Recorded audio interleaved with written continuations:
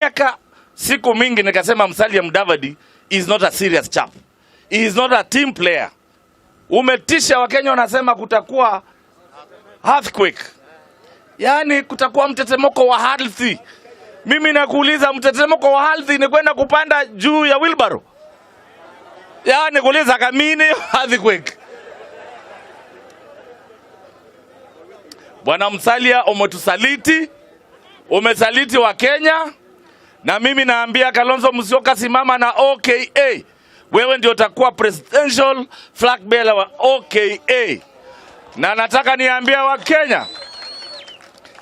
Kenya, hakuna mahali Kenya inaenda. Ule mtu mweupe kama pamba, mtu mcha Mungu ni Dr. Stephen Kalonzo Musyoka. Wa Kenya hata wapi, they will never trust you. They will never trust you. Na kama umesaliti mheshimiwa Kalonzo, umesaliti mheshimiwa Weta, umesaliti mheshimiwa Gideon Moi, nataka kukuambia hivi, siku zako za siasa hapa Kenya zimeisha leo.